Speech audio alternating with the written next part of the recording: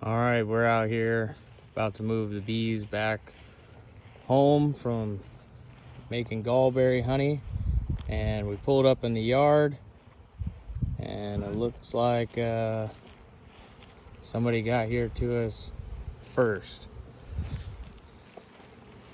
So we had a bear get in the yard, took down one. This is number 2. That one's still salvageable. We'll get it back up on the pallet. And then over here, so we lost 3 hives, and then the bear took it off, and then he drug that one out pretty far. Several boxes.